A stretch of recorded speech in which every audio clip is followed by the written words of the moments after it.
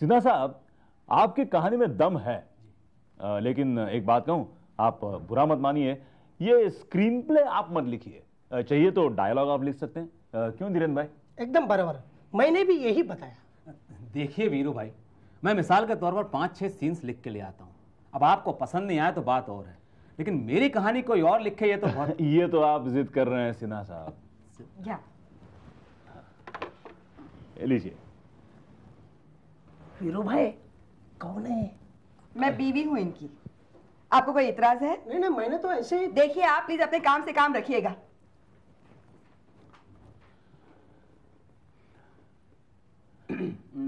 फिर कैसा करें वीरू भाई? देखिए, मैं जरा सोचता हूँ, बाद में आपको फोन करता हूँ। ठीक है धीरेन्द्र भाई? ठीक है, कल हम फोन करते हैं। चलो मिस्टर सिन्हा। अच्छा जी, नमस्कार। नमस्ते।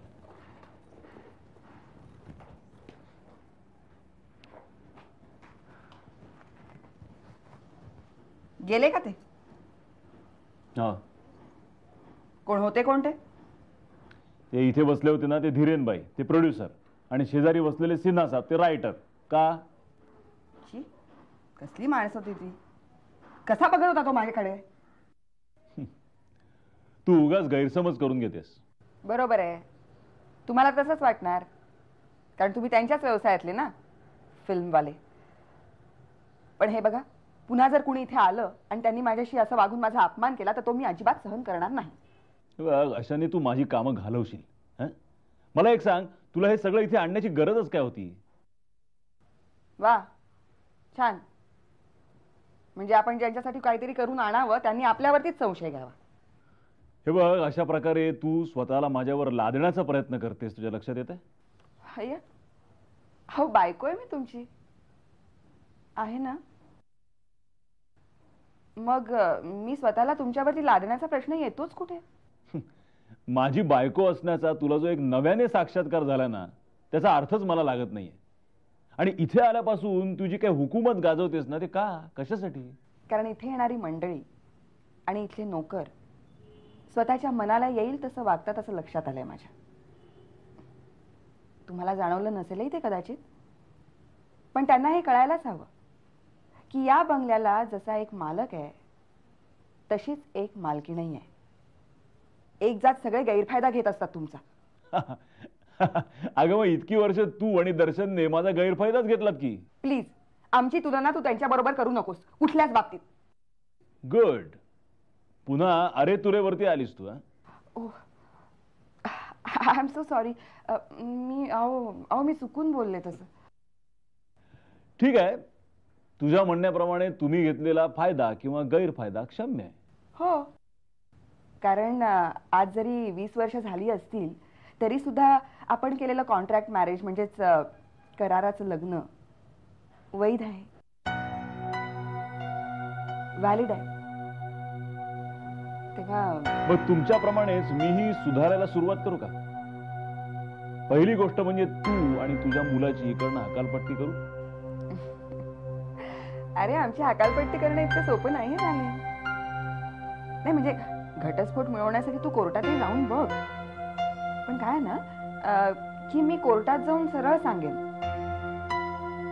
की मला माझ्या चुका मान्य आहेत, मला नकोय घटस्फोट, मला माझ्या पतीच्याच चरणी राहायचंय. अरे, मी असं सांगितलं ना तर कोर्ट सुद्धा त्याच्यावरती विश्वास ठेवेल. मग आपण काय बरं कराल वीरेंद्र? सर, आमच्यावर विश्वास नसल्यासारखी तुम्ही तुमची 2 खास माणसं दिल्लीहून या स्टोरीसाठी इथे पाठवलीत. त्यांना हव्या त्या सगळ्या गोष्टी आम्ही त्यांना दिल्या. इथे कुणालाही न कळवता न सांगता शिरोडकरांच्या स्टोरीचा एक भाग त्यांनी टेलिकास्टही केला. आता यानंतर त्यांचं मटेरियल कसं इरेज झालं हे तुम्ही त्यांनाच विचारलं तर जास्त बरं होईल. यापेक्षा यामधलं मला काहीही माहीत नाही. या ऑफिसमध्ये घडणाऱ्या प्रत्येक गोष्टीला तू जबाबदार असतेस हे विसरू नकोस. मला एक्सप्लेनेशन हवंय, सबबी नाहीत. छे छे सर, मी तुम्हाला कुठल्याही सबबी देत नाहीये. आकांक्षा, या प्रकरणात कुणीतरी जाणून बुजून घातपात केला असावा असा संशय येतोय मला. सर, निदान मी तरी माझ्या सहकार्यांवर असा संशय नाही घेणार. तुझे सहकारी? नाही, काही वर्षापूर्वी हे तुझे सहकारी माझ्याही हाताखाली काम करत होते, अगदी तुझ्या सकट. पण मग तुम्ही त्यांना माझ्यापेक्षा जास्त चांगले ओळखता आणि तरी सुद्धा तुम्ही त्यांच्यावर असले आरोप करता. नाही, मी त्यांच्यावर आरोप करत नाही. मग कोणावर? माझ्यावर आरोप करता? माफ करा सर, पण घातपात करून काही साधतं असं मला वाटत नाही. मी कधीही असं केलेलं नाही. तरी सुद्धा तुम्हाला जर असं वाटत असलं की मी दोषी आहे, तुमचा जर माझ्यावर संशय असला तर मी तयार आहे हे आव्हान स्वीकारायला. मी दोषी आहे हे तुम्ही सिद्ध करून दाखवा. नाही, तू दोषी नाहीये हे तुला सिद्ध करावं लागेल. सॉरी सर, पण मी दोषी आहे असं तुमचं म्हणणं आहे. त्यामुळे ते सिद्ध करून दाखवण्याची जबाबदारी तुमची आहे.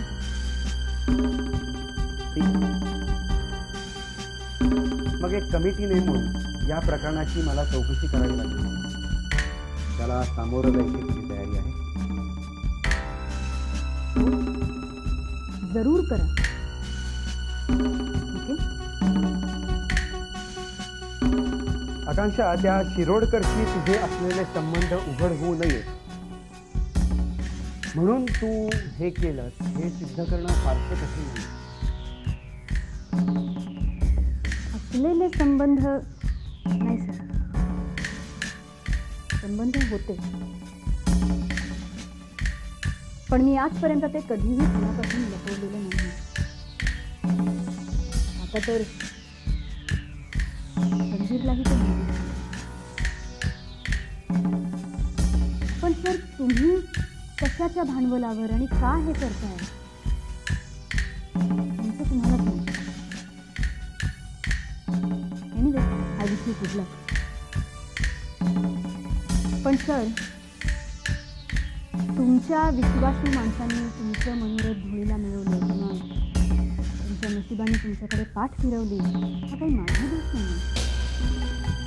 त्याचा खापर माझ्या डोक्यावर नका फोडू तुम्ही. मी इथे तुझा युक्तिवाद ऐकायला आलेला नाही. उद्या जर विस्तर चौकशी केली तर मग हाच युक्तिवाद तुम्हाला ऐकावा लागणार आहे.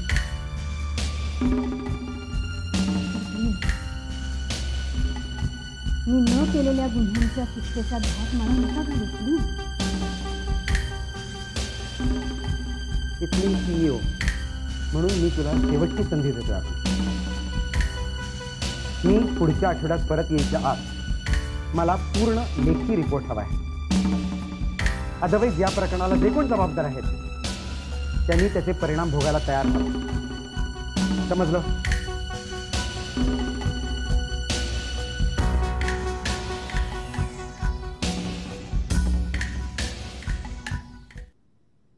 या रणवीर आकांक्षा जोशी सिगरेट घ्या. हा माझा सिगरेट ओलायची ना. हे असलं घाणेरडं व्यसन नाही ना तुला. Good, I like that.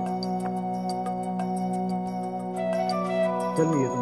रे छाम्या, काय कुठे चालला? तुला काय वेळच नाही आणि मला जाम वेळच वेळ आहे. तुला शोधायचं, घेऊन यायचं असं पॉश हॉटेलमध्ये, कोल्ड्रिंक बिल्ड्रिंक पाजायचं. हा काय बोलायचं? हा हेच की मला हे जे सिगरेट ओढायचं व्यसन आहे ना, त्याच्यापेक्षा घाणेरडं व्यसन आहे तुला. व्यसन आणि मला? हो, तुलाच माहित नाही. तुला काय बडबडतोय? तुझं तुला तरी कळतंय का? बाळ तनू, तुला कसलं व्यसन? दुसऱ्याचा बाप चोरण्याचा. त्या टाका, मी कोणाचाही बाप चोरलेला नाहीये आणि अजून काय बोलशील ना तर थोबाड फोडून ठेवे ना.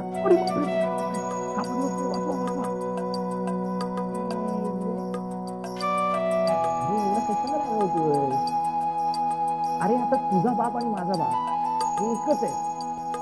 त्याला आपण काय करणार? तुझे विचारच तुझ्यासारखे घाणेरडे आणि केळसवाणे. लेट मी गो.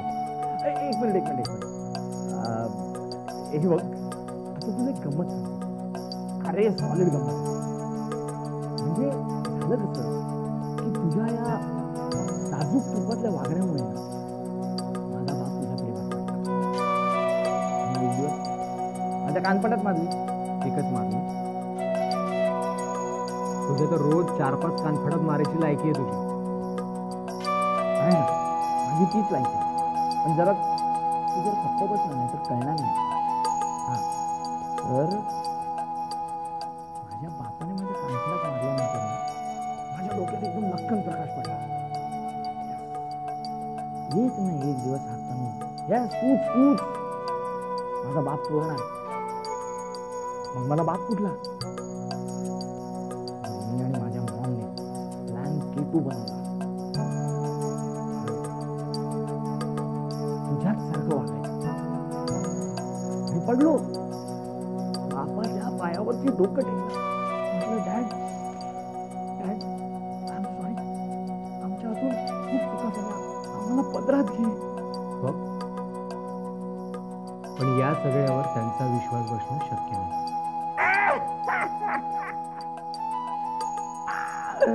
अरे बसला ना यार, बसला.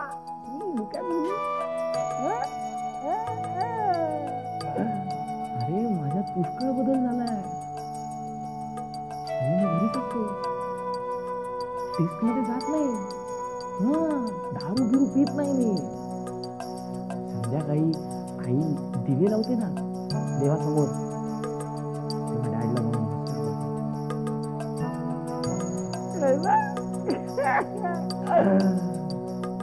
मला वाटलं की हे सगळं तुला सांगावं. हे सगळं मला सांगून तुझा काय फायदा आहे? अरे फायदा आहे ना. अरे नक्कीच फायदा आहे. मी आणि मॉम आपल्या बापाला जे काय डिसेंट, मी आणि मॉम आपल्या बापाला जे काय मामा बनवतोय ना, त्याचा नक्कीच फायदा आहे ना.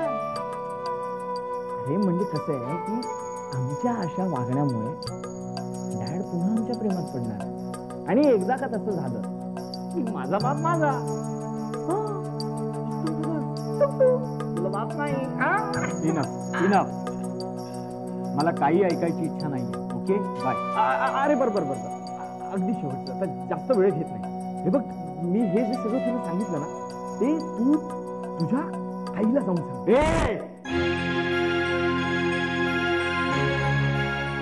माझ्या आईबद्दल काय बोललास ना, ते एक सुद्धा दाट ठेवणार नाही मी. सगळे तोडून टाकेन. चिडतोस कशाला, रगवतोस कशाला? काय बोलते तू, तुझं कळतच नाही अरे तुला. हे सगळं तू तुझ्या मातोश्रींना सांगितलंस की मग माझा बाप भेटून मांडवली कॉम्प्रोमाइज करण्याचं सगळं बंद होईल. म्हणजे तुझी आईच त्याला हाकलवून लावेल रे. सिंपल. मग बाप माझ्याकडे, म्हणजे माझा डबल फायदा. किती नीच आणि नालायक माणूस आहेस रे तू. आहे ना, नक्कीच आहे. मी कुठे नाही म्हटलं.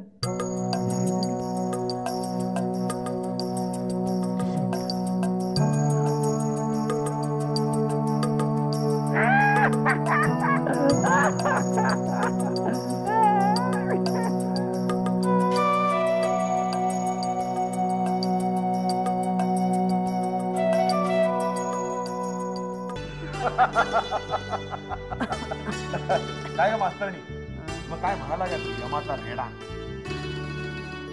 रेडा म्हणाला, आमचे यम साहेब जरा बिझी आहेत दुसऱ्या कामात, ही चाललीये सटका इथून, तुम्हाला आयुष्य बोनस. काय चाललंय? काय विनोद आणि हा हा हा, काय जागा आहे का विनोद करायची? सगळीकडे तू गॅरेज मध्ये असल्यासारखं काय वागत आणि हसत असतोस?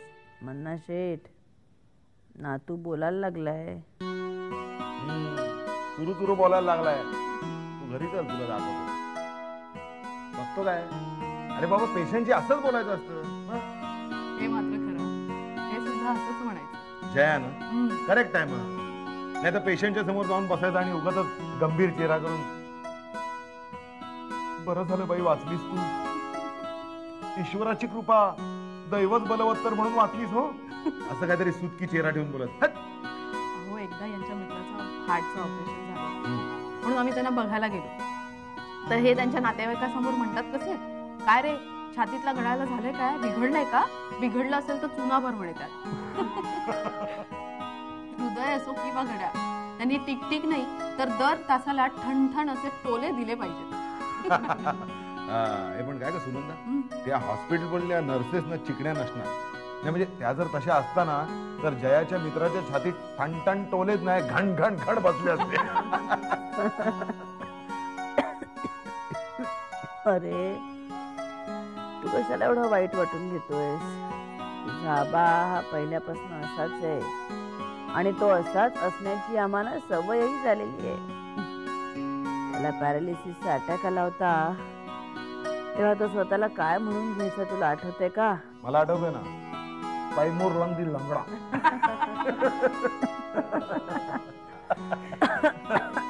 चला चिरंजीव, आपण निघूया. पेशंटला हसवलं, आपलं काम खतम. चलो निघालतंय. तू बघतोस काय असं हसवणं त्या डॉक्टर करंडेला तरी जमेल की नाही ते विचारतात. बरोबर. काय चाललंय आबा? त्याचा मोठा भाऊ माझ्या वर्गात होता, तू कशाला घाबरतो? चल आता चला. आकांक्षाला या घरातून तू दर्शन करवी हाकलून लावलंस? मग काय करणार? अहो, तिच्या सांगण्यानुसार मी तिला चक्क इथे 10 मिनिटं तुमची वाट बघत थांबू दिलं. त्याच्यानंतर तीच माझ्याशी आवाज चढवून बोलायला लागली. मग मी काय करणार? तिच्याशी असं वागण्याचा तुला अधिकार नाही. अरे देवा, म्हणजे आता कुणी या बंगल्यात यावं, तुमच्या बायकोचा म्हणजे पर्यायानं तुमचाच अपमान करावा आणि मी तो मुकाट्याने सहन करावा, असं म्हणणं आहे का तुमचं? बघ, इथे येणारी माणसं आणि तू यांचा संबंध नाही. पुन्हा हा प्रकार होता कामा नये. मला ते आवडणार नाही आणि इथे चालणारही नाही. ठीक आहे, यापुढे तुमच्याकडे आलेल्या माणसांशी मी व्यवस्थित वागेन, बोलेन, त्यांचे जे काही निरोप असतील ते घेईन देईन, पण त्या आकांक्षाशी असं वागणं मला जमणार नाही. मी तिच्याशी. अरे पण तुझा आणि तिचा संबंधच काय? तुझा आणि माझा संबंध काय? तुम्हीच सांगा. संबंध आहे ना? तिच्या आणि तुमच्या संबंधांचं फळ म्हणजे तो तन्वीर आज आपल्या दर्शन एवढा म्हणजे 18 वर्षांचा झालाय ना. तुम्हाला अचानकच त्याचा इतका पुळका आलाय की त्यामुळे तुम्ही आपल्या दर्शनच्या थोबाडीत मारली. हे खोटं आहे का? तुमच्या आणि त्या आकांक्षाच्या भेटीगाठी सुरू झाल्या, हे खोटं आहे का? तुम्ही मला सांगा, दुसरी कुठली बाई हे सहन करेल? मी आणि ती भेटणं याची कारणं वेगळी आहेत. मला माहिती आहेत ना काय आहेत ती. तन्वीरला अचानकच कळलंय की तुम्ही त्याचे जन्मदाते बाप आहात. त्याच्यामुळे चिडून त्यांनी घर सोडलं. त्यांनी घर सोडल्यामुळे दुःखी कष्टी झालेल्या आकांक्षाला तुम्ही प्रेमानं चुचकाढता. तुमच्याकडून झालेल्या पापाचं प्रायश्चित्त करण्याच्या तुम्ही मनस्थितीमध्ये आहात. तुम्हाला आता आपल्या दर्शनपेक्षा तन्वीर जास्त जवळचं वाटायला लागलं. हे सगळं तुला कसं म्हणत? I always do my homework very well sir. मी नेहमीच परिस्थितीचा अगदी नीट व्यवस्थित अभ्यास करते. ओ म्हणून तू इथे परत आली? हो, अगदी तसंच तुम्ही म्हटलं तर माझी काही एक हरकत नाही.